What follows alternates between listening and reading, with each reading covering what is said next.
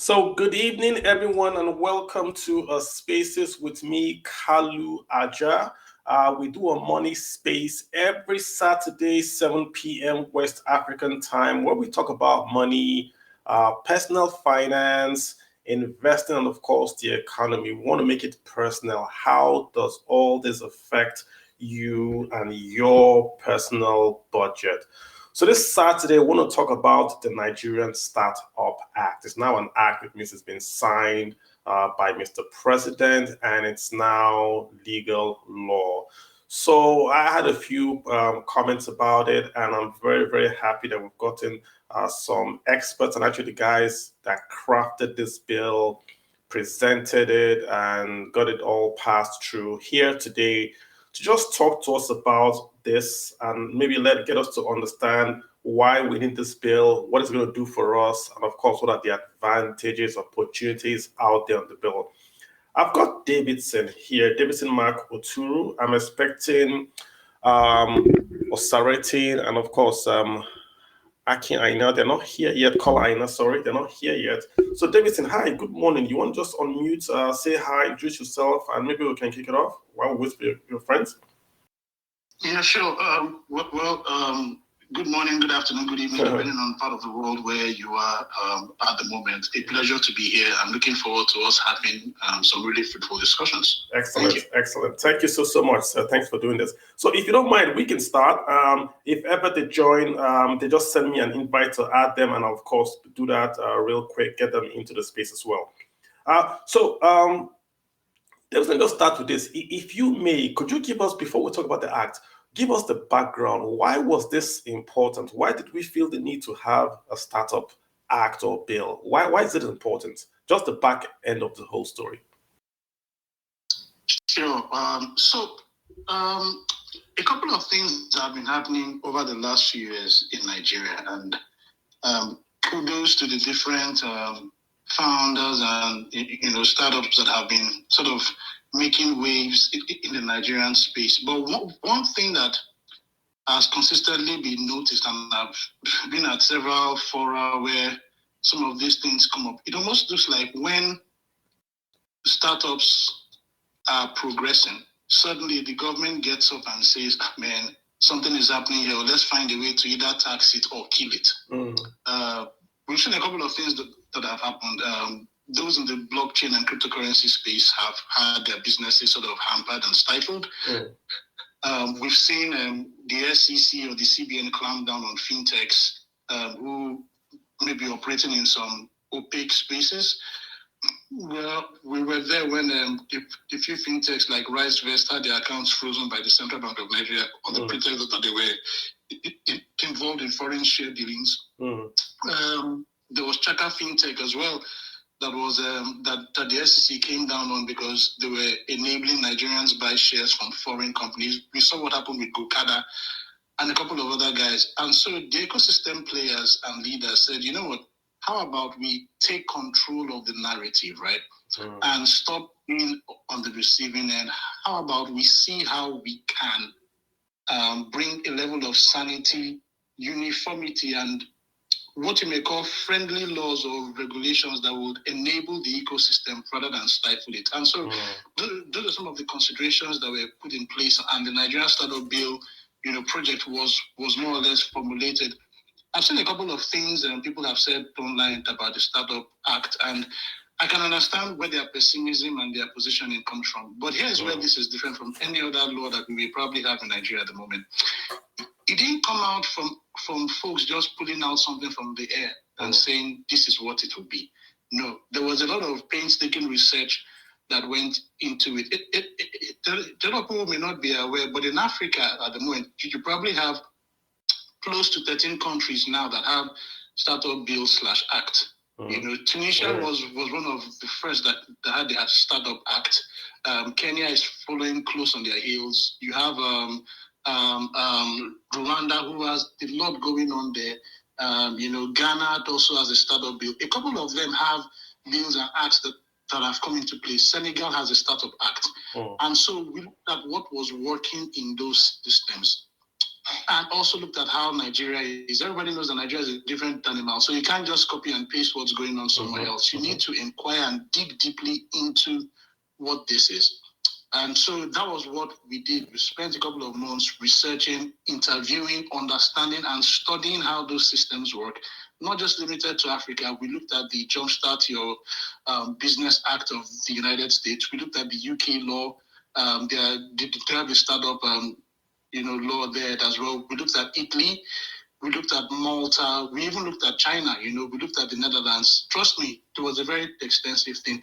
Now, at the back and at the heel of all this was a case of how about this be a collaborative effort? So rather than it just being the government who would typically probably bring out a law and then everybody starts to scratch their head. This was a case where the ecosystem was actively involved in this process. So we call it a big tent approach. And Oswald is a disciple and apostle of that. So he will speak greatly on how that whole approach was adopted. But it was a case of the ecosystem players on one side, the regulators, and then the government on the other side. And we had those deliberations where sometimes we almost came to, insults and all of that. But the ecosystem pushed and said, look, this is what would work for us. And I think at the end of the day, we have something that is a step in the right direction and can only get better. Excellent intro. Thanks for that. That just sort of gives us the back end, how you guys were thinking about this. Excellent. We've got Osaratin here. He's the Senior Special Assistant to the President on Digital Transformation. Hi, you want to just hop in, say hi? I don't know if you heard what Davidson said. He gave us a very, very good intro, why you guys thought about this bill and the thinking behind the bill. It's important for us to know this, and then we're first going to start. So, Osaratin, you want to just say hi and introduce yourself as well? Hello, how you guys doing? Thanks for setting this up. One of the big things that we are pushing is awareness, and we welcome every and all opportunity to talk about the bill. Davidson has done an excellent job, as expected, of setting the tone. I think he just move forward. Introduce myself. Well, my name is Oswald Osaratin Kubadia. I'm currently working for the President of Nigeria, and I'm the lead Nigerian startup bill. I've been an entrepreneur in Nigeria for close to 20 years and supported startups for just about that long. So, this bill also comes from a painful point for myself as well. So let's move forward. Excellent. Thank you so much for that, right? And guys, if you're just joining in, right, I've just shared the startup bill. There's a link to the startup bill. They have a wonderful website. These guys just explaining what the bill is, FAQs, partners, support, and all that. Very, very well done. So I just shared it out for you guys if you want to just hop in there and also get some more information there. So let me just get right to it, right? So first of all, guys, great job on this bill. I look at the timeline. This must be one of the fastest bills in Nigeria. First draft was produced in June 2021. We have the bill passed July 2022. Lots of partners are in this bill, from the government to the private sector. Lots of folks look like they participated. My first question is to get to it. Why is there a need to bring the government? I know Davidson sort of gave an overview. Why is there a need to bring the government into regulating startups? I see there's a board, we call it the board. The president's going to be there on that board. There are a lot of government folks in there. Why is there need to have the government in there, apart from the part of the side of letting them know what we're doing? Why should the government be in a startup? So I would just say this, right? That's a very interesting question. I would say as an entrepreneur myself over the years, if you asked me maybe just 2 years or 3 years ago who the ecosystem was, I would say it's us now. It's me, Davidson, Fuma, Kalu, and every other startup person we know. But then, from my experience with the NSB, I've come to realize one grand mistake we've all been making, right? The ecosystem is actually made up of practitioners. That is, most of us who would call ourselves the ecosystem, we're just the practitioners, we're the value creators. And the other side of the ecosystem that's carrying the same amount of weight as the value creators is the policymakers, right? So to develop a healthy ecosystem, you have to have a collaboration and engagement between these two parts. Otherwise, you have an unhealthy ecosystem, right? So where you see that a value creator is out there trying to disrupt and going to disrupt how we do this and this, fantastic, I'm all for it. Right? I'm excited about any idea that's brought to me. I'm always excited about disrupt. Wow, you're going to change how the world works. I love it. Those are my favorite kind of shows and movies, and in real stories, and listen to people in Nigeria talk about their passions and vision, what they're going to disrupt. But what we fail to understand is that the policymaker, without being educated, sitting where they sit, may only see displacement. Right? So you may disrupt how something works. The policymaker who's in charge of that area sees that something that displaced how things should be. Because all they're doing is managing what is now, right? Because we always say policy goes behind innovation, right? Although, if we don't have regulations and policies, how do we really determine if that's what's really happening, right? So we don't live in ungoverned spaces. We live in spaces that are governed. And this is globally. Even the environments that we admire are all governed spaces, right? So it's critical that partnership. So instead of saying the question, it's kind of vetted from a perspective of why don't you just let this thing run free and remove government? But without government, you are now in an ungoverned space, right? So what the bill is saying is let's not have ungoverned spaces. Let's have collaborative and engaging spaces where I intend to disrupt, and I'm going to disrupt this, but I also have a plan on how I'm going to engage the policymaker to ensure that they don't see displacement, that they understand the new, I guess, lack of a better word, evolution that I've created. Because not just disruption, you created a change, and in change is evolution. Something is going to evolve, and we evolve in this process. With process, people need to understand it, and that's why collaboration and engagement is required. And that's why both parts of the ecosystem is required to make a healthy ecosystem. Otherwise, these particular issues that I'm not going to mention, but I think Davidson mentioned some of them. If you go and review each one of them, you will see that it's a case of disruption, and you will see that the speaker was more than likely trying to solve displacement. Gotcha.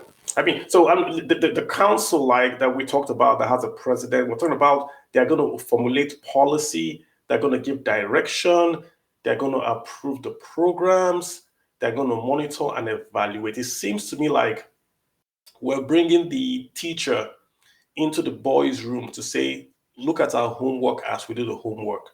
So that if we fail, you can. Is that what it's the sense that you want to put the teacher right there with you?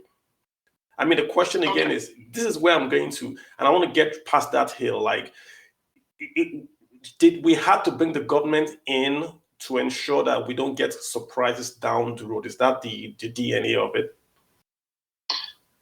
Okay, let me hop in here before Oswald comes in. As a matter of fact, that's not there to your first question. Oswald answered it, but there was a particular word that you used that I caught, and of course, sometimes as lawyers, our ears catch some things that. Sorry, Oswald, that I have to say this, but laymen, don't catch. So the intention of the bill, or rather, now the act, is not to regulate startups, because you see, I've seen that thrown around in a few places, and I sort of understand where that may be coming from. The purpose is not to regulate startups. You already have enough laws that provide that sort of framework. For instance, there's the Companies and Other Matters Act, CAMA for sure, that really provides for how companies are set up and they are run. So the intention of the Nigerian Startup Bill is not to regulate startup. Now, if you are a startup, you can pretty much operate and do whatever you want. Okay. There is a labeling process that is provided for under the Act, and this is not a registration process, but I will explain, because sometimes they can just sound like synonyms or maybe just semantics. Now, if you look at the Startup Act of Tunisia, they have that labeling process in place. What it does is, say there are 5 or 10 startups that meet the criteria. We've set out a couple of criteria there that will be considered by NIFDA. We didn't create a new body, but used existing laws and frameworks. So you come to that portal. NIFDA then considers whether you are qualified for the labeling. What the labeling does is that it entitles you to certain incentives that the bill has.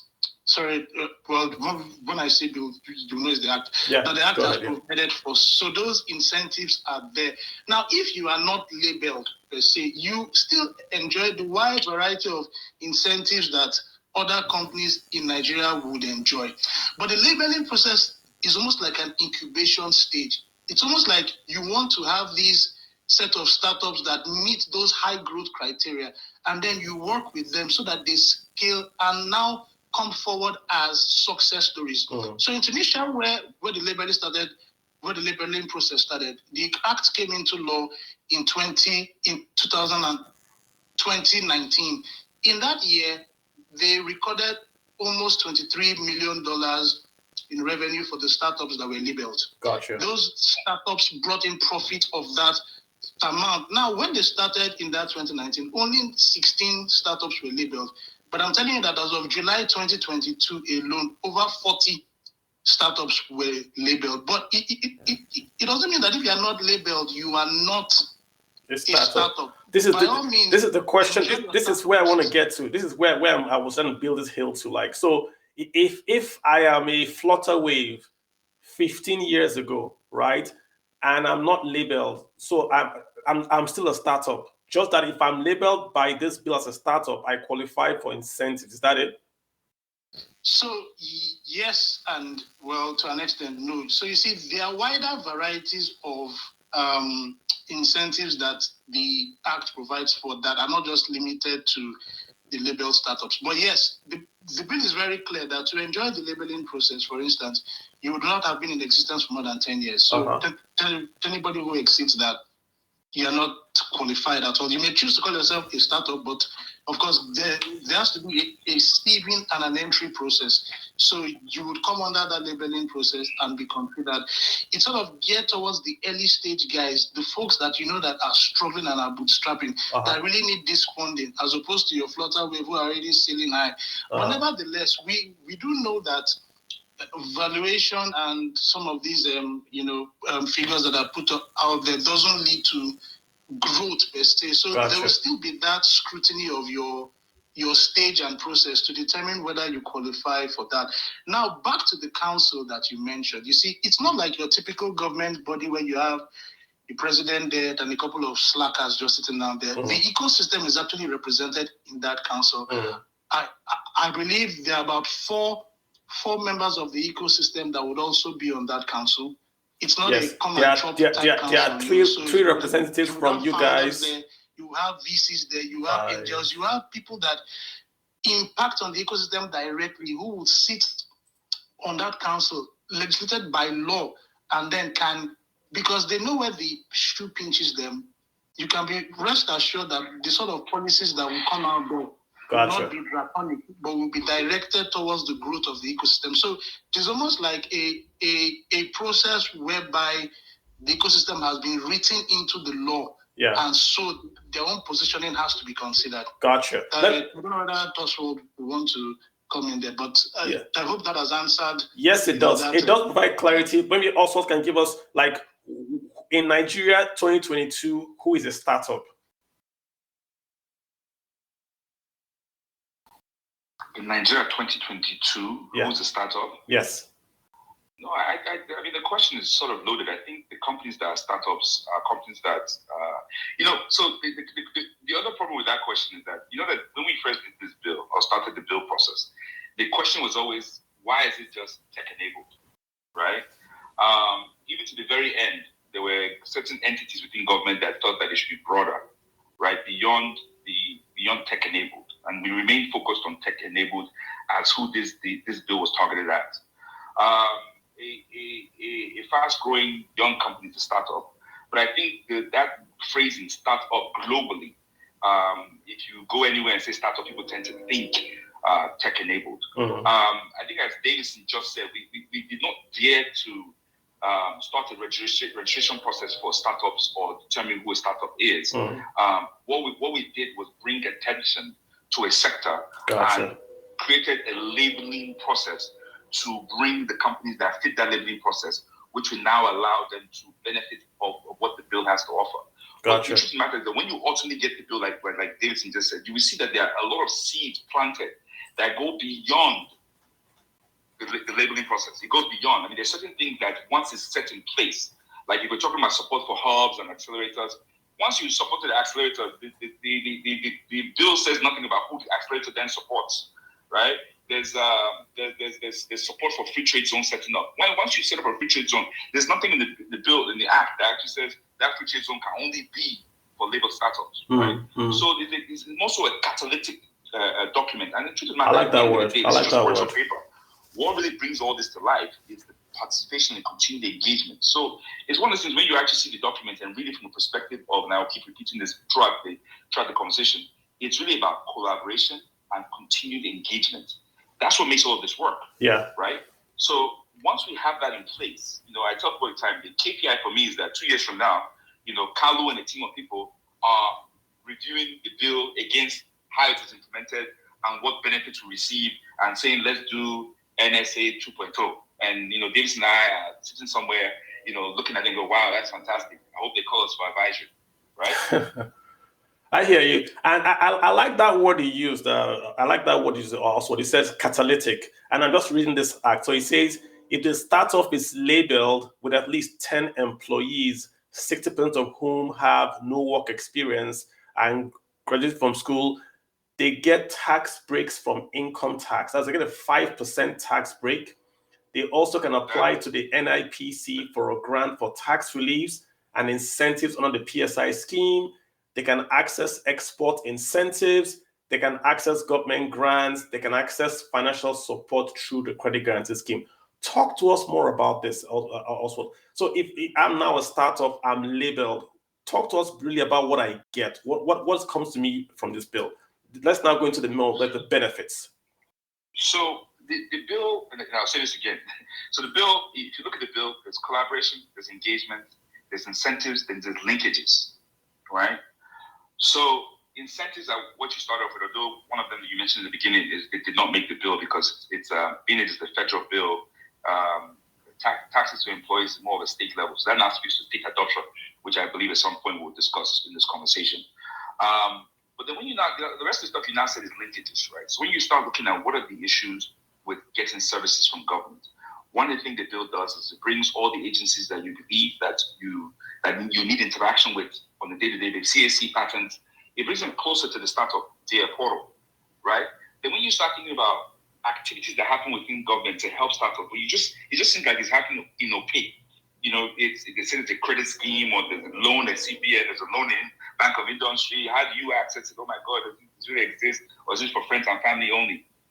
The bill gives the Secretariat, the ability to pull these things together and bring them to one place. So if you're a labor startup and you have access to the portal, when you go into the portal, the portal is not built yet, but if you want to imagine with me, you go into the portal, you see a section that says, let's just call it agencies. You go there, you want to do something with CAC, you do it with CAC. But you're not looking for credit schemes or loans or something physical. You go there and you see, there's a credit scheme or there's a loan with Bank of Industry that actually fits what you need, for your agricultural XYZ. So that's the whole idea. And the way the bill works, the people who are doing this pulling together are continually empowered to ensure that they are negotiating and pulling people into this place and bringing them right. When I say this place, I mean the portal, right? As a place for operations, right? To make sure that there's a continued engagement and a continued service delivery to this particular sector, being the tech-enabled startups. There's a number of linkages into universities. There's direct linkage into giving incentives to list on the Nigerian Stock Exchange. There's a seed fund, which will be funded by the government and other parties. If you look at situations where companies want to raise $2-3 million, they're becoming Delaware companies for that. We can fund $2-3 million through a seed fund in Nigeria, so the company remains Nigeria location-wise, right? So there are a lot of different things. And every time I look at the bill, I keep, the word collaborate, the word engage, there's another word in here that is used that also means collaborate. It's really about ensuring that the agencies collaborate with this secretariat to deliver on the council's agenda. Now, agenda setting, if you think about it, as Davison said, Davison mentioned that there's about four seats for the private sector, but it's sort of six. The other two, Nigerian Computer Society, and it's about five. Ultimately, it's about five of you guys. So two from the computer service, and then about five. No, you're reading. I think the bill you have is a post effect copy. Okay. Yeah? So I picked up on that earlier when you mentioned the tax benefits. So there's a post-spec copy that was actually on our website, and I think was circulated. But once we went into the National Assembly, anybody who was paying attention would see that we pulled it down from our website, because obviously changes will happen at the National Assembly. Gotcha. So during the National Assembly, public hearing and a number of other engagements that happened in the National Assembly, several changes were proposed by honorables and distinguished gentlemen of the gentlemen and women of the I think they call it distinguished gentlemen regardless of gender. Anyway, you get the point. That were negotiated and accepted within the bill, and some of them were really in that tax area. There was a lot of restructuring in the tax area. There was some lobby effort to increase the amount of private participation in the council, which we all agreed on, and that happened. So right now it's on an 8-to-6 ratio. So 8 government direct and 6 private. 8-to-6, okay. And then, one thing you have to understand about having a council, and the Honorable Minister of Digital Economy, Communication and Digital Economy said this himself. He says the president has the ability to direct. So if you think about all the red and blue tape that's been just avoided for this one sector, right? If anything else, right? If you imagine you're in a conversation, the ecosystem or the practitioner side of the ecosystem have managed to get 6 really people who can deliver value on the council conversation with ministers and Mr. President, right? And the opinion of the day is the opinion that really benefits the ecosystem. It's just one directive and it's done, right? So that's one of the key things about it, and the layers are not that deep, right? So if you look at it, you have a council. Under the council, you have a secretariat. To the side of the secretariat, you have a consultative forum. Now, the consultative forum is made up of the labor startups, funders, and everybody who belongs in the ecosystem joins this forum, and they engage the secretariat to ensure, policy development will also be happening on the portal, by the way. So policy development is happening at that level where you are developing the policy, you must engage the consultative forum. You're in SEC, you're developing the policy, you must engage the consultative forum. But guess what? SEC, by the way, you read it, right? So SEC cannot even release that new regulation on policy without it going to the council. Yeah, seen that. Right? And I want to, because I want folks to listen, just to understand that this is really, like I said at the beginning, I commended you guys about this. This is well thought out, right? So there's a lot of linkages here with the regulators, and I just want to make sure you're very, very clear about that. This is not just an IT startup bill, right? This is a startup for just be clear on that, please, just for case for this is not an IT, or is it just an IT startup bill? Just to be clear. So I'll let David step in here because I think there's some language legalese typing, but the truth of the matter is there is any business that is tech-enabled. Tech-enabled, so gotcha. Tech, agri-tech. The truth of the matter, the direction we're going. I was actually why this sector. I didn't want to answer the question by saying, hey, it came from sort of my office and the partnership with people I know and my experience and the people who pulled together all tech people, and this is the sector we know, but not necessarily, right? The truth of the matter is this is the fastest growing sector in the world. And Nigeria I don't know if it's by luck or instead of by God's blessing, has all the ingredients to dominate the world in this particular sector. True. We have young people. We have very intelligent young people. We have very intelligent, hungry young people. We have a huge need, and there's so many things that can be fixed. The world is moving towards technology, and we have the need. We have the young people, we have the hungry people. So it's just really about creating that enabling environment. I know it's getting to a point where even now I'm tired of saying the word enabling, right? But that's what this bill does. It's really about creating that enabling environment so they can do what they're going to do, right? So it's really about moving obstacles out of the way. It's really about solving the little problems here and there that they encounter, right? And attempt to solve those problems and let them create that value, that we believe this will help, the ecosystem grow. Excellent. Right? But globally, everything is going tech, right? Gotcha. I love that. So let's talk more about this startup investment seed fund. I like it. And if you could talk more about that.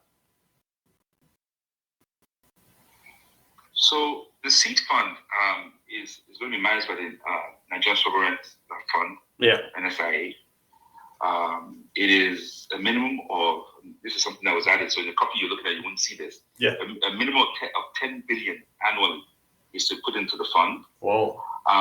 It's a commercial fund. And the thing about, and the reason why the language, and you applaud the legal minds like Davidson, the minimum of. So it's very clear that annually we have to find that much money to put in that fund. It's a commercial fund, and it's going to be targeting, early stage startups. In my mind, when I think about what are we solving, right? You're trying to raise $1 million. I know a company that I advise raised $1 million, but now they're a Delaware company, right? We can fund $1 million into a company, and then that company probably needed 3-4 million, right? We should be able to fund 3-4 million into a company that we believe is going to add value, right?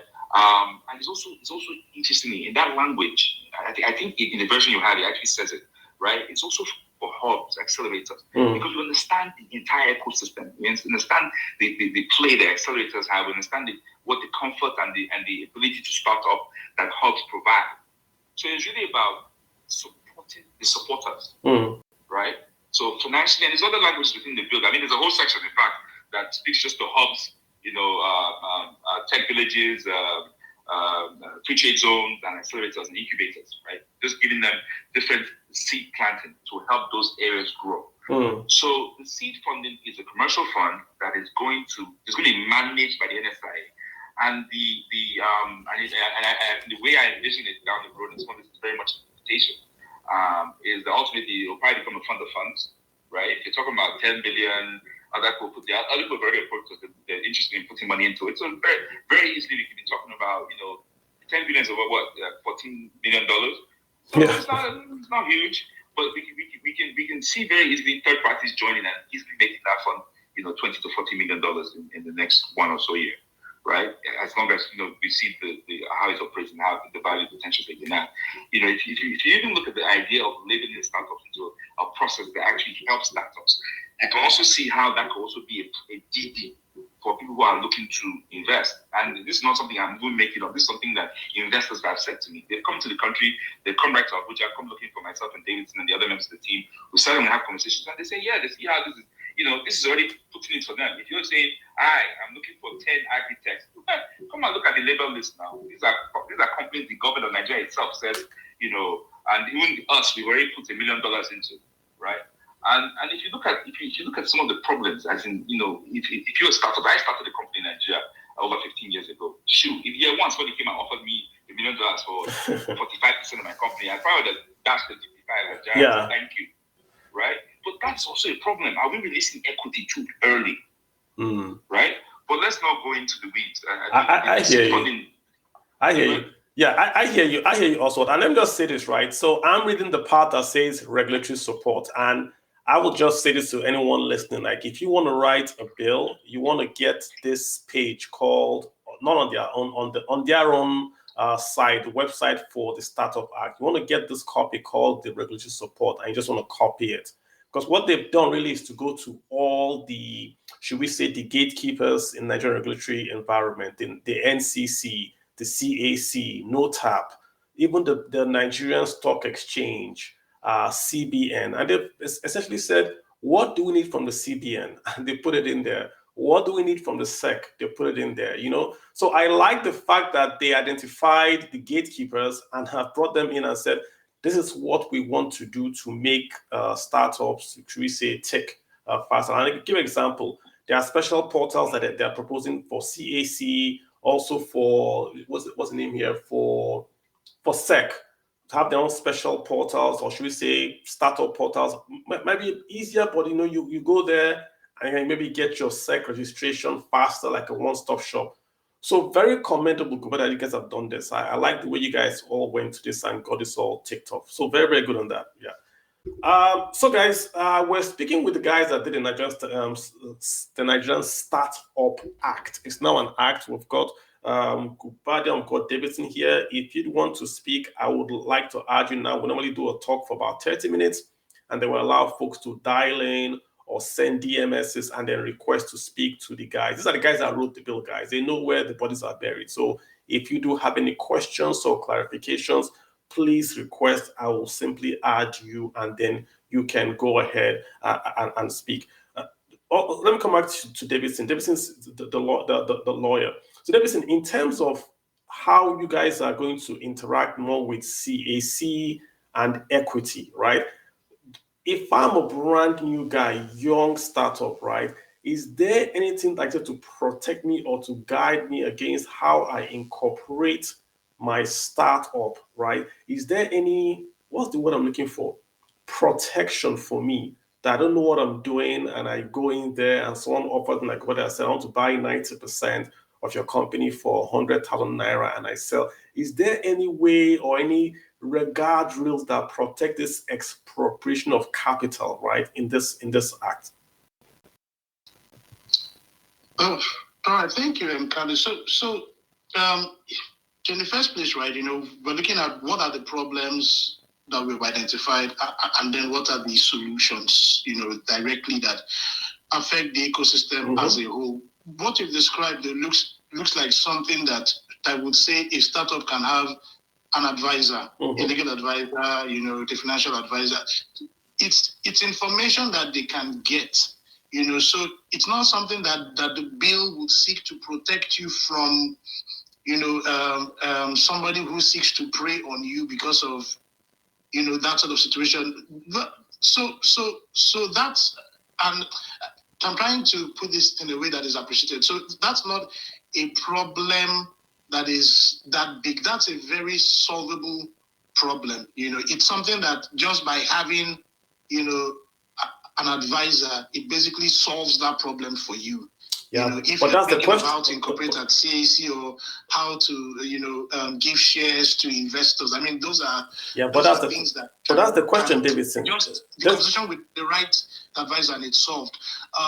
What the act sought to do was to look at those larger problems, that the ecosystem faces. But interestingly enough, even for the labeling process, we took a few things into consideration. Now, there are maybe sole proprietors or partnerships, right, that may not be limited liability companies. There's a pre-labeling process that brings them into the program, whereby support can then be given to them so that they can grow and scale, and then now get the full labeling within a 6-month period. Yeah. And then they then get support to register the right sort of entity with CAC, because, for anybody who is in the startup space, that having a business name or a sole proprietorship or a partnership, they don't have share capital. So an investor cannot invest in those sort of vehicles. You just be the individuals are investing in. So that's why. Yeah. Let me. Davidson, maybe I've been a bit too diplomatic. Look at what I'm really asking, right? What is this bill for Nigerians? Like, if I came from, say, a different country and I came to Nigeria, could I also participate in these incentives? There's a pioneer status here. That's really what I'm trying to ask in a diplomatic manner, to say, hey, is this only for Nigerians? Is it going to promote Nigerian enterprises? Or could I come from Cote d'Ivoire, maybe I'm an American, and I can use this to get advantage, to get this incentive? That's really my question, if you don't mind. Okay, fine. No, yeah, that's fine. And that's a good question, because Oswald and I and a few other guys fought over those sort of conversations. So it's a primarily Nigeria first bill. And Oswald may tackle me on a few points, but at the same time, we didn't want it to, because of, so for instance, there's the AFCFTA, right, that seeks to, have one uniform market. We can't be talking about being part of that sort of wide market and then closing our investment space to external investors. But what we did was to make it in such a way that Nigerians would be the direct beneficiary. So, for instance, if you want to get labeled, the process is all set up there. Number one, you must be registered in Nigeria, either as a limited liability company, primarily. Yes, you can, like I mentioned, be business thing, but you have to eventually become a limited liability company registered in Nigeria under CAMA. Then there is a part that we sort of seek to accommodate startups that may have foreign participation, and that's understanding that you may have foreigners come into the business, but it doesn't mean that they really have the big bucks for you, really. And it doesn't mean that you've scaled yet. So what we have there is that at least 1/3 of the shareholding of that company must be held by one or more Nigerians who will be founders or co-founders. So that's like an investigative process whereby you have to ensure that Nigerians are more or less the ultimate beneficiary of this bill, so that you don't have a situation where foreign-owned companies 100% come in, take these incentives, and then repatriate the funds out. Nigerians have to benefit. We're seeing a lot of capital flight. We're seeing a lot of human flight, for want of a better word. And we're looking at a way whereby these guys can be encouraged to stay. Some of the innovative things we're even looking at were things like startup visas and other things. But we also have to consider, that we have laws, there are immigration laws, there are policies, there are things in place. And as much as possible, let's not create situations or systems that cannot be implemented at all. So we have to still respect ourselves at the end of the day and, do what is possible within the confines of the law. But that's it really. Primarily Nigerians are the focus. But then we didn't close out, foreign investors who may already be invested in Nigerian startups. Love that. I mean, the visa idea you spoke about, it tickled me, right? I don't know why you guys didn't really pursue to say, okay, like a digital nomad kind of thing. That would have been quite, to allow folks to come in, all that. Yeah, but there's an Investments Act, right? That spells out, and then you have a whole, agency and process of government that is dedicated to those sort of things.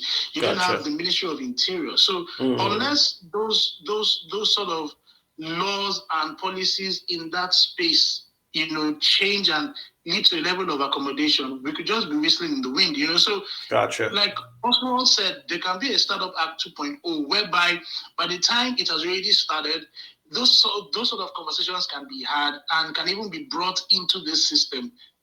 But for now, we just couldn't go that far. Gotcha. Unfortunately. Gotcha. And I'm just reading a comment here on Twitter, also supporting you guys. This is from Omi. The Nigerian financial system does not support startups. Most of the banks have an internal policy of not lending to startups because of the inherent risk. I'm quoting the Twitter guy here. The act will fill that gap and help incentivize. The 10 billion seed by the government is great. So he's essentially agreeing with Oswald that, listen, we'll have a 10 billion naira seed. Is that seed funded now? Yes. Or okay, there's a 10 billion naira seed fund there. If you get labeled, if you tick those boxes, you can potentially access that fund if you're a startup listening. Where can they get more information? Because I don't want to give this, I already shared this one, but what's going to be the best place to get that? Are you guys going to put it up on this drive that I'm looking at, or do you guys have where you want it to go? So what I have is startupbill.ng. Is the new bill going to be in here as well? Are you guys going to update that with it? Yeah, so yes. So the Secretariat is working around that. Okay. We have a version that was, the National Assembly version, but we don't have the signed. We're still trying to get that. Okay. And I guess the Secretariat, the Nigeria Startup Bill Secretariat that manages information, will probably, look for how to start disseminating it. Because I've had a few people sort of approach me based off, this other version, and I understand that there can be a bit of conflict around it. But yes, that's what it is. Is it too early to speak about the 1, 2, 3s of accessing this 10 billion, like the broad 1, 2, 3s? Is it too early to speak about how I can go from where I am, I'm a startup, to how I can access? What are the 3 big things? Is it too early for that? Oh, well, so okay, Oswald, please go on this. So I think you were about to say yes. It's too early. I mean, because you have to look at the process in which it's gonna work. We have to implement first, right? I think generally we can say step 1, you have to be a labeled startup. 2, you have to have a business that can take investment, right? And pretty go from there. Basically, what do we take for anybody to evaluate a business idea and say yes, this is investment worthy? Is what we have to do. It's not a giveaway. You have to be investment worthy. But we it's not a giveaway. That this is investment worthy in our country, and they're getting some of this very early stage funding after the friends and family round, after the angel round. They're getting it from overseas. That gap could be filled in by the seed funding. So I've been asked this question several times. I mean, people would just jump right in and say, "Hey, 10 billion, how do we access it?" But I would say, dear Nigerians, we need to implement the bill first, right? And after implementing the bill, then all these things will start going into play. Great. Abraham, hi, good day. Thanks for joining in. You want to unmute and ask your question, sir? Go ahead.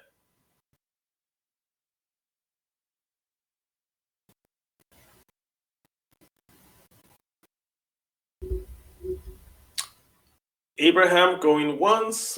Abraham going. Thank you. How you doing? Yes. Great job that you're doing there. Thank you, sir. Just when you touched on the visa stuff, and I just want to query the guys a little bit, why shying away from the immigration startup visa? That interests me because I've moved a lot of people from all over the world into the UK via investors visa. That's my specialty. Where, via the tier 1 visas, entrepreneur investors and stuff, you are able to bring people into the UK. And I've had problem in understanding what the Nigerian immigration system is for startup. So you can imagine a lot of Americans, a lot of Black Americans or Caribbeans from all around the world who already admire Nigeria. This kind of opportunity can bring them back home to invest in Nigeria, and we can industrialize the country. I've been looking at ways that we can actually help to change the immigration policy in the country. Is there a way we can work to bring this to effect? Good question. Oswald, do you want to take this, or do you want me to go? I think ultimately, I think there are a number of other. If we had Kazim here, he would say this is not an over-ambitious bill. There's something you like when you hear that a lot, right? So I would say that there are a number of other things that weren't touched by the bill, and this one is one of those things that definitely can obviously bubble up to the council and just become a directive, right? Because there's a number of other rules, which are a lot of laws that Davidson can speak to that already speak to how this works. So if the actual act itself doesn't cover it, then it becomes the consultative forum that discusses it, maybe led by you, and it becomes something that now goes to the council and says, this is the reason why. This is the reason why we need this. We're able to grow this by X percentage, And guess what's going to happen at the council, right? There's going to be a directive made that says, Secretariat, please write immigration to change this policy, XYZ, done. So you have to look at the act from, and I will say it again, I think this is what I'm being paid to say, collaboration and continued engagement, right? So you have to look at the act as a framework to ensure that this particular issue that you just stated, right, can easily bubble up and can be led to a fruitful ending by a directive from the council. And the directive of the council is, once again, I don't think we had a chance to explain this on the council, is chaired by Mr. President and deputized actually by the Vice President. There's not too many councils for any industry that exists in that kind of structure. Most of the time you see just Mr. President or a Vice President or a minister, but this is very particular that this is the area that's going to grow our economy. I think the last number that we saw was 18%. Most of us in the tech ecosystem believe that's even low, right? I agree. It's probably around 40%. I agree. Right? And we have all the seeds, like we say in Nigeria, we have the yam, the knife and the water to make this particular pound yam. So that's why the bill was set. So it's very important when people read this bill, look at it from that perspective. This is a framework to help create a even, I was speaking to somebody today from Lagos Business School, and I spoke to her about the bill. And I even started talking about, evaluation and monitoring. It's actually built in to ensure that the bill self-propels and continues to create that opportunity for us to continue to collaborate and engage, right? But the key ingredient that makes this possible, and if it doesn't work, I'm going to say this, the key ingredient is us, right? It's just words on paper right now. It's people. It's us engaging and ensuring that the bill does what the bill says today. And if the bill is saying something today or doesn't cover an area that you are not excited about today, it's critical that you ensure the bill works as is today, and then critical that you are part of the NSB 2.0 project that may happen next year or 2 years ago. Even me, personally, I've already opened a file on my machine called amendments, right? So as involved as I am with the bill, I already know one area one thing I want to change. Interesting. Good.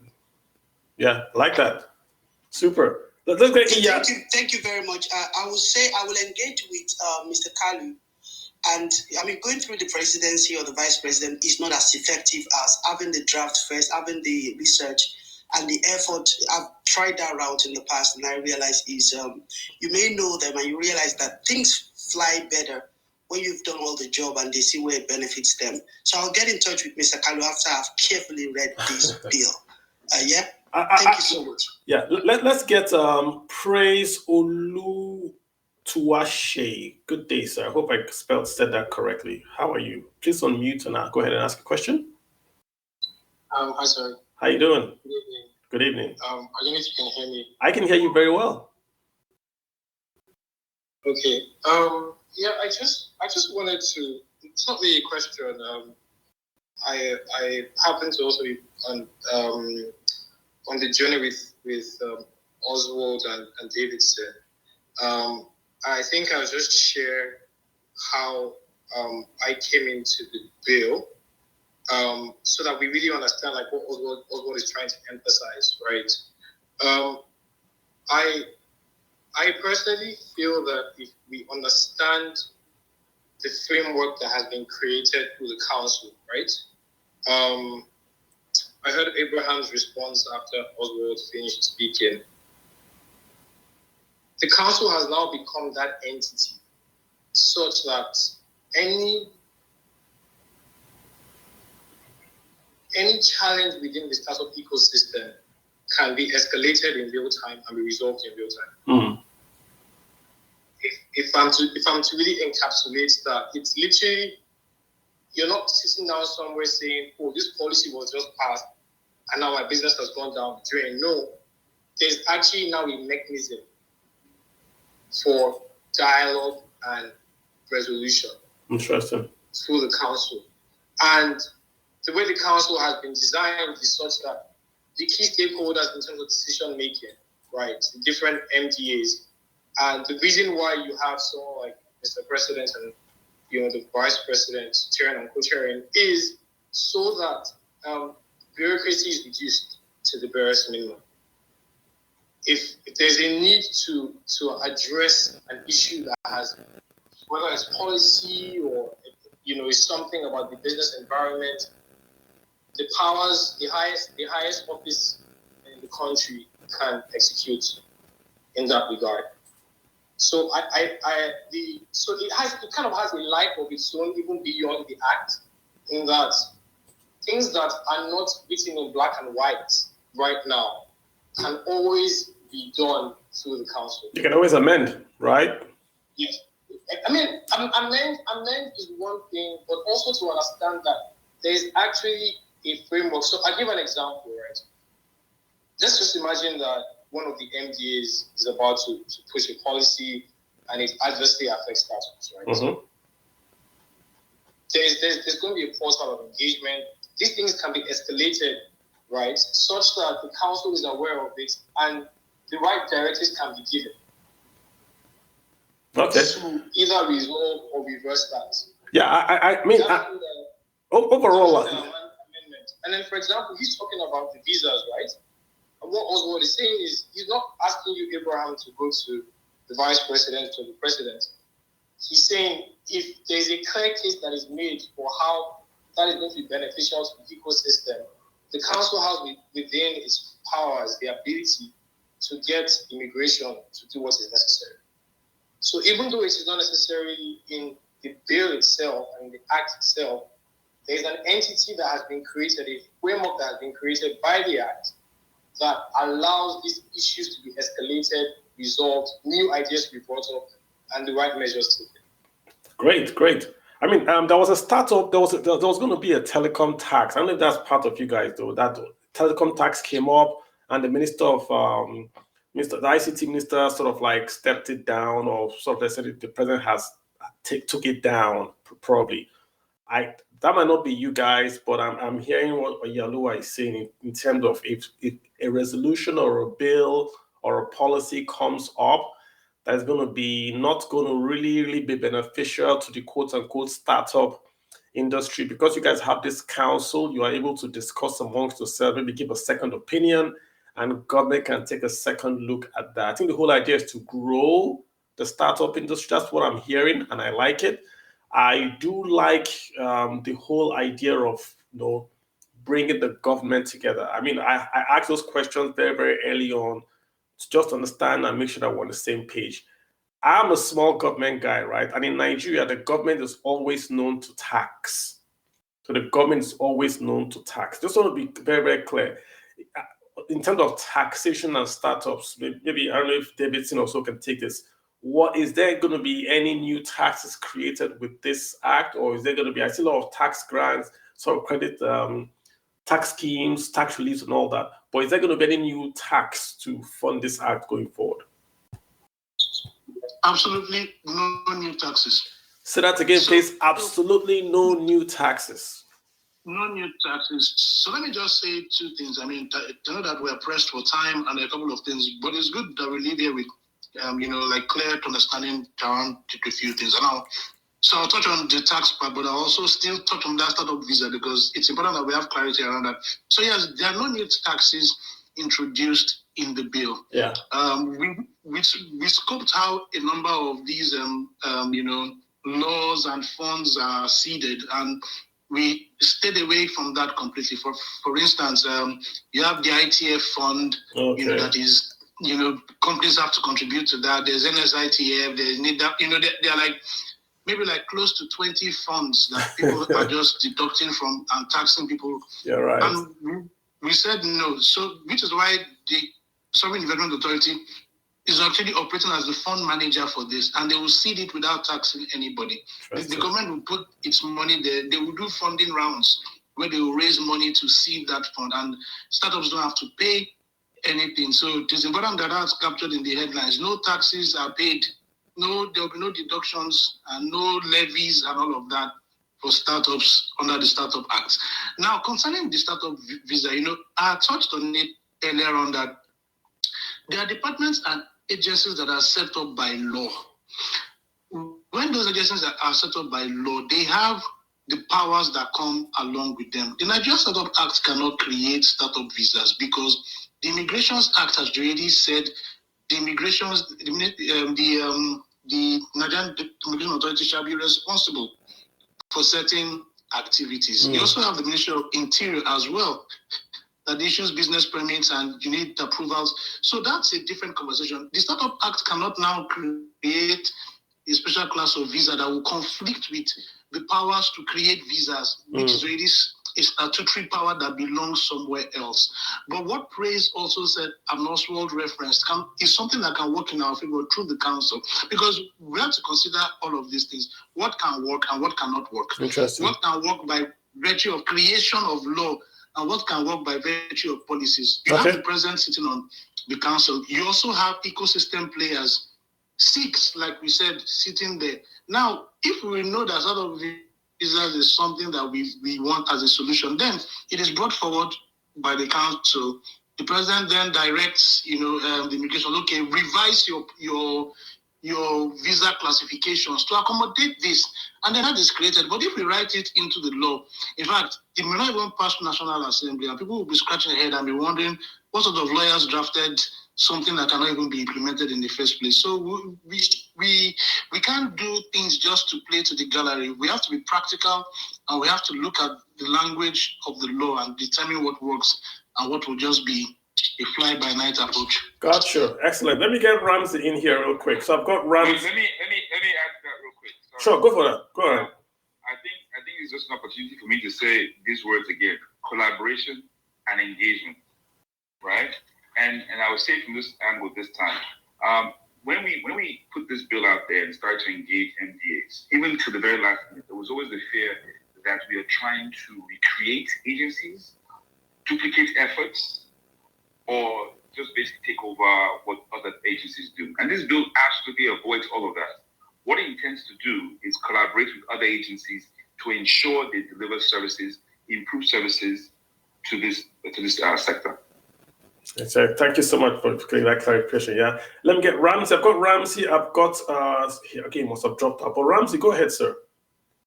All right. So for me, startup, I feel that I strongly believe that startup will be doing well in Nigeria without government coming out. Once you have, I always notice, once you have government in Nigeria coming out to try to regulate something, and they involve MDAs, MDAs are known to really be a barrier to businesses. unless you pay a bribe. I know I can give examples of people that are close to me who have tried to do businesses. And when you involve MBAs, all the people they're looking at, okay, if they hear that a company has just raised 10 billion, let's call it $1. Okay, I know it should be naira. Look, let me call it naira. So it's a company that just raised 500 billion naira, and this is the startup. All the people sitting in that MBAs, before they approve anything for that company, they want that money. They want that money to be paid to them as bribe, or they frustrate that effort. I'm not lying. Anyone working in the financial industry in Nigeria will know this, especially if you are in a company that give out loans to government workers. You know, when the government pays that money, they deduct, and then people sit on that money until those companies pay them back before they release the money. So usually you don't want government be involved in private businesses. Let them stay out. If there is a way that we shouldn't even have government regulate anything, anyone in MDA, any government agency regulate, because they hear you. When they look at money coming to a particular person or a particular company, they don't know how they struggle to get this money and where this money will be going. They want a huge part of that money to come into their pocket before they even sign any document for that company. And this is some way that I think EFCC should be focusing, but they just refuse to focus on this. All right, and be going after Yahoo Boss. But this is just my contribution. This is what I see. And raising money to have a startup is not the duty of a bank to lend money. It's the duty of private citizens, private businesses to put a stake in it. Gotcha. I hear you. Yeah, thank you very much. Super, thanks so much. All right, so I think Davidson, you want to, or sorry, you guys want go, but you want to respond to that, and then from there, we'll just try to wind it down. I think you made a comment about stating the fact that the funds have to come from the private sector, not government. That's the one I did pick up that I wanted to get a response on, but you can also respond to the rest if you want to. I think that's an interesting question. I think what you've done is basically states some of the issues that we're trying to solve. So it just makes me feel like we need to have another one of these to reiterate some of the things that the bill is intending to do, just so that we can be able to dispel this particular pain that he has. The pain that he has stated is not unknown to myself and everybody else on here. But what we're doing is we're going beyond stating it to trying to solve it, right? The examples he gave, I would ask the question: what is your, recourse, right, in that situation? Yeah. And in the bill, there's a perfect channel of recourse. If you're that company that just raised those amounts you named, it's very likely that you're in the consultative forum. It's very likely that you know the person who sits in the council. It's very likely that the person who sits in the council may even be an advisor in your company. It's very likely that in the council chambers, you're going to say to Mr. President that X, Y, and NDA tried to extort us. Now, anybody who listened to the Honorable Minister Issa Pantami's press briefing the other day, he even made examples about police and harassing young men with laptops in their bags as part of the issues that he believes this bill would solve. I saw that. I saw his passion. I saw exactly what he was saying, and I see exactly how. Because if you think about it, we're all, I'm guessing most of you guys are analytical people. If you think about the issue, if you can bubble up, I can just imagine now the ecosystem or the practitioner ecosystem coming up with presentations on how exact issues that are happening, and that being presented at a council, unfiltered, right? Because it's coming right from the person you sent to go sit on council for you. And it's saying, look at this, police harassing people is happening at this frequency. It's not being going through somebody and one advisor and one other person. No. It's happening. They have brought government closer to you. So the idea that government should stay out of business is ridiculous. It does not exist anywhere. Is how will government stay in business? Do you want them to be adversarial or do you want them to be a partner? How do we make them a partner? By developing a process that we can hold them accountable. I hear you. Okay. And I will say this, and I've said this before, there are no more excuses. We have a bill that is now positioned to help us do exactly that. Everybody should be thinking of how they can support the bill, even if it's the last ditch effort. If it's after this one, you can jump out, right? If it's the last effort, let's go behind the bill, because this feeling, emotion you just expressed, it's a real one. And the funny thing about Nigeria, people always think because when you enter government, that means all of a sudden I've changed my clothes. I've run businesses in Nigeria longer than people were born on this chart. So I know the pain. Right? Thank you. Being solved. Quick question. Are you in this council? Hold on one second. Ramsey, allow him to respond to you. Every single line, almost every single line in this bill, I would say contributions to the lines may have come from government or other people, but every single provision in this bill was put forth by a private sector person. The only thing government did to this bill was say, candidate too far, instead of 10, make it 2, and that slight adjustment. Every single line was put forth by a private sector person to address. You got to the point, you got to liars. You start talking to people in these meetings we used to do, and you will see where somebody's pain point is. You just see it. You'll be like, there's one guy, every time we had a conversation, we talk about milk, he will start talking about free trade zone. We talk about water, he will talk about free trade zone. David, you know what I'm talking about, right? So, every single line was proposed by somebody to address a pain point. One of 5 private sector people. So, Ramsey, you can go ahead now. I would 2 things, but the first I would like to know: are you a member of this council? He's a member of the council. Yeah, he's the SSC. He's the one that midwiped this this bill and all that. Yeah. Okay. I just wanted to know. And you did mention that they're bringing government closer to the people. You said the president is sitting in the board and the vice president is sitting. My point to you, I'm just respectfully asking, if we want to bring government to the people, why do we involve the president in this council when I sit in my village or in my state to run a business? How is the president close to me? I hear you, bro. I think, okay, you want to answer it? Or Carlo, hold on. Ramsey, I really do appreciate your questions, because these are real Nigerian questions, right? And I appreciate you for them. So let me tell you how that happens, right? I think we missed the opportunity to speak about state adoption. Which state are you in, Ramsey? So I am from Okwebon State. Excellent. So, Ramsey, one of the motivations of this bill, and particularly myself, is that I love the fact that you said village. It actually motivated me. One of my personal vision is that the next startup that impacts the world starts in the Nigerian village. Now, when you make such a very strong vision statement, you now start thinking, what are all the different things that you need to put in place to ensure that happens? Is it computer education in primary school? Is it fiber to the hot? I'm not being sarcastic, but it was funny to me, so I said it. Is it all the infrastructure you need to get it done? Is it wireless? What are all the things you need to put in place? Is it policy that you have to put in place? Now, the example I've been giving people of recent is this. I ask this question. I say, what is the difference between San Antonio, which is in Texas, America, Silicon Valley, which is in California, Silicon Alley, which is in New York, and Miami? Those 4 places all have fantastic infrastructure. They all have great schools.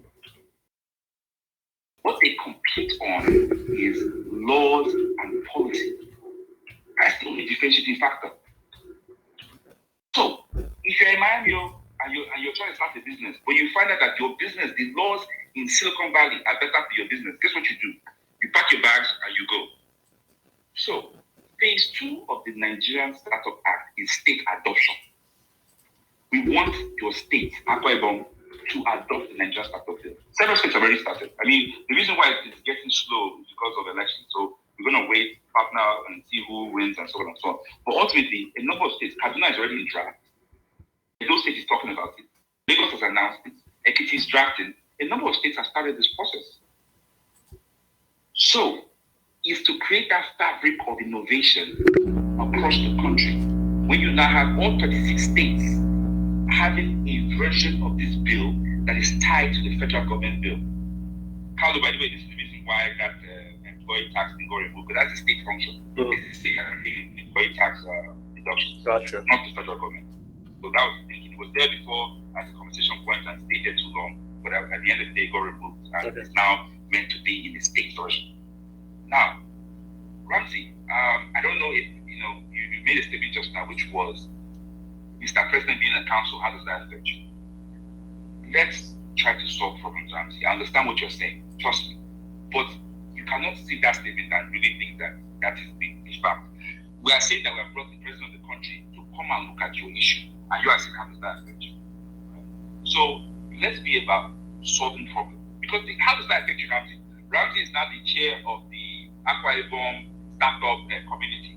He knows the guy on it. And in fact, there's a local consultative forum in Akwa Ibom, and Ramsey is the guy of the chairman, right?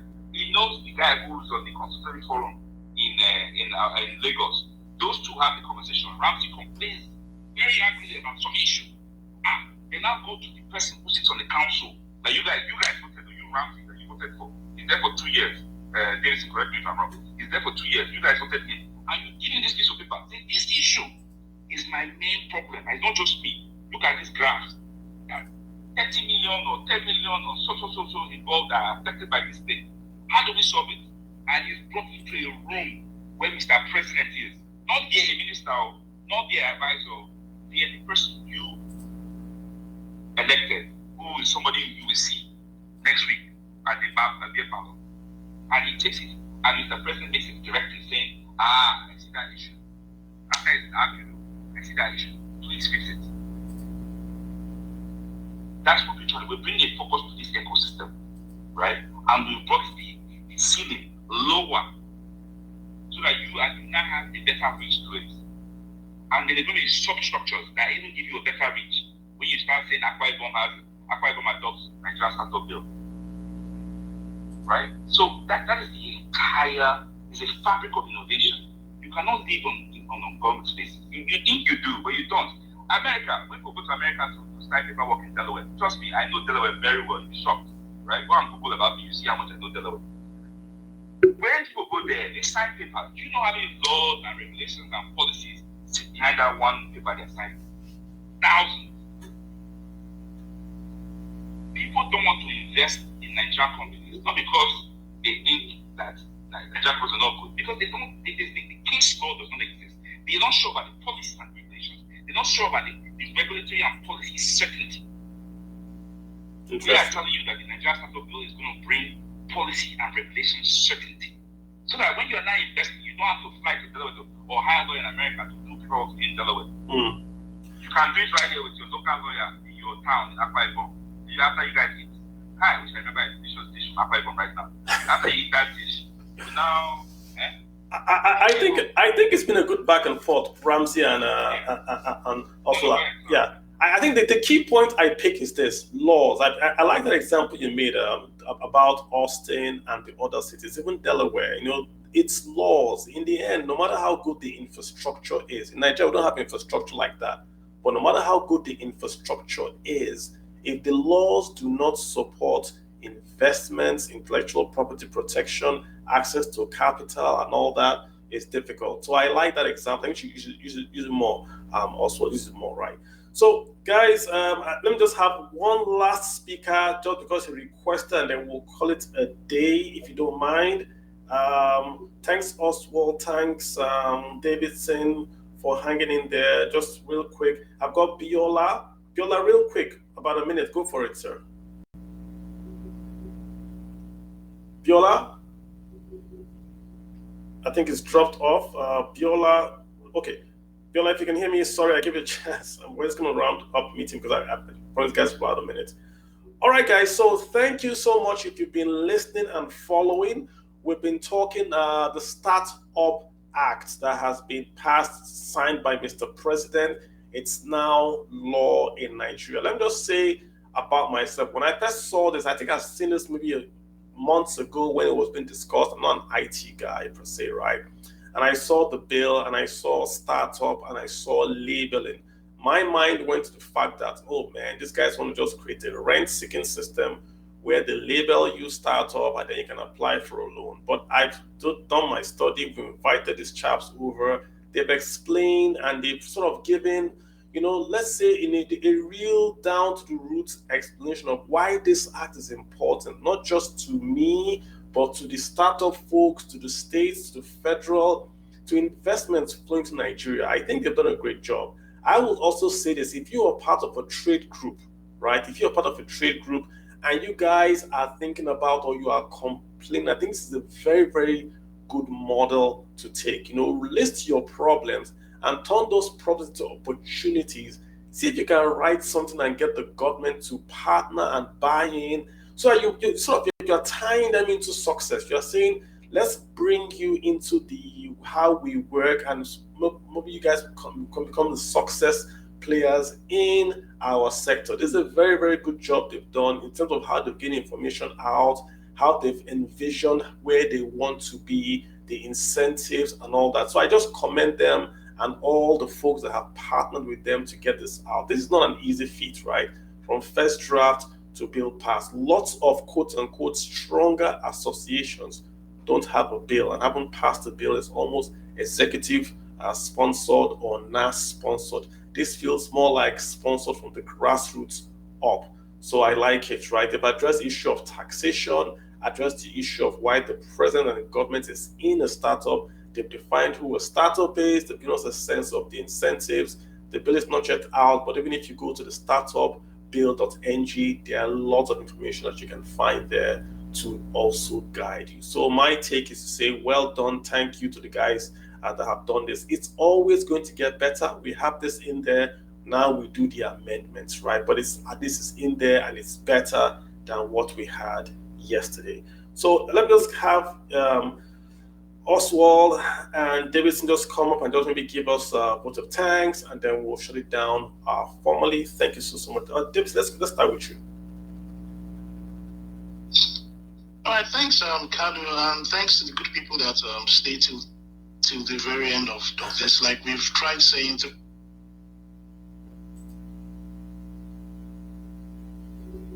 throughout this conversation, to side and critique these things because we've seen them happen from time to time. But this bill had the best intentions, and seeks to aid and help you. So let's rally around it, let's understand it, and let's support it so it works for us. Super. Thank you for that. Yeah. Also, go ahead, sir. No, thank you very much, Kalu, for having this session. And I welcome, anybody on here wants to come, we welcome the opportunity. The NSA team, they're ready to have more conversations that drives awareness. Like I keep saying, this is about collaboration and engagement. So therefore, the birthing process is big on ensuring that we're collaborating and engaging. We're about to go into two phases. Two parts of the second phase. First part being the implementation. We welcome all to participate in that implementation process. So ultimately, once the bill is out, you read it, the specific part that you're excited about, we'd love to hear your ideas. And the other part is state adoption. So I want everybody to leave here today going, why is my state not adopting NSB? And you need to start that conversation within your states, within your fellow citizens that are also in the ecosystem. Why is Akwa Ibom? Why is Enugu? Why is Kano? Why is a number of other states are not? Yobe, Zamfara, and eventually are both announced that they're going to adopt the Nigerian startup bill. So why is your state not adopting the Nigerian startup bill? Thank you. And also, that's the last question. If a state adopts this bill, what happens? What's the added advantage? The federal bill is out there. I can go to CAC. When the state adopts it, say in Abia State, what then happens? So like I said, we have to solve problems, right? So if you look at if you guys really take or took note of what we said today, collaboration, engagement, disruption, displacement, and a number of other things we said today, and go apply it to every single problem that's ever happened. Crypto and FX. Just grab those, think about that. That's disruption and displacement. Lagos State, car hailing, that's lack of collaboration and engagement. You keep looking at these problems, right? And some of these problems happen at where? The state level, subnational. Right? They don't happen at the federal government, they're open subnational. Issues in Lagos, issues there, So the idea is that every state will adopt the bill in their own way, with their own strategy. But the spirit of the bill that's come from national is what will exist. And that would increase the fabric of innovation across the country. Super. So what will happen is that although you are from Akwa Ibom, but it could very well be that Zamfara is offering you free laptops and a place to stay. But your own Akwa Ibom is not. Or Lagos, they are overwhelmed already. Why Lagos? You are now going to Kwara. Kwara is offering you a apartment for you and your entire team and office space. Who knows? People are building tech cities all over the place. And those states offering you decathlon training for 5 of your people. States should compete. That's what it should be. States should say, you smart guy, you're about to do this. I should compete for you. I want you to come to my state. It happens for other industries. If you want to study that, just go and look at what Open State and Lagos do. On that whole Adeputa and access in the company that sit right at the border, but they service Lagos, right within Open State. It's already happening on the sectors. So we're now saying for tech-enabled, states should fight for your business. And adopting the bill, states that don't adopt the bill should suffer for it, right? Because you're not prepared for me, right? If you prepare a place for me to eat, I will come eat and provide value in your state. I will hire people, right? And then you just asked that question, and I mentioned earlier, the tax incentive for employees can only happen at the state level. And there's several other things, be that way the federation, that can only happen at the state level. There's additional value to the tech-enabled ecosystem. Excellent. Just want to make that point out there so folks can understand why you're talking about the states. Great job, guys. All right, guys, thank you so much. You've got your Saturday ahead of you. Next week, we're back here. We're going to review a manifesto or so. So I'll see you guys here, same time next week, 7 p.m. Thank you again, Davidson, Tash again, Oswald. Thank you for all the folks that have dialed and sent the tweets and the text and all that. I do appreciate you guys. You guys have a great day. I'll see you next time. And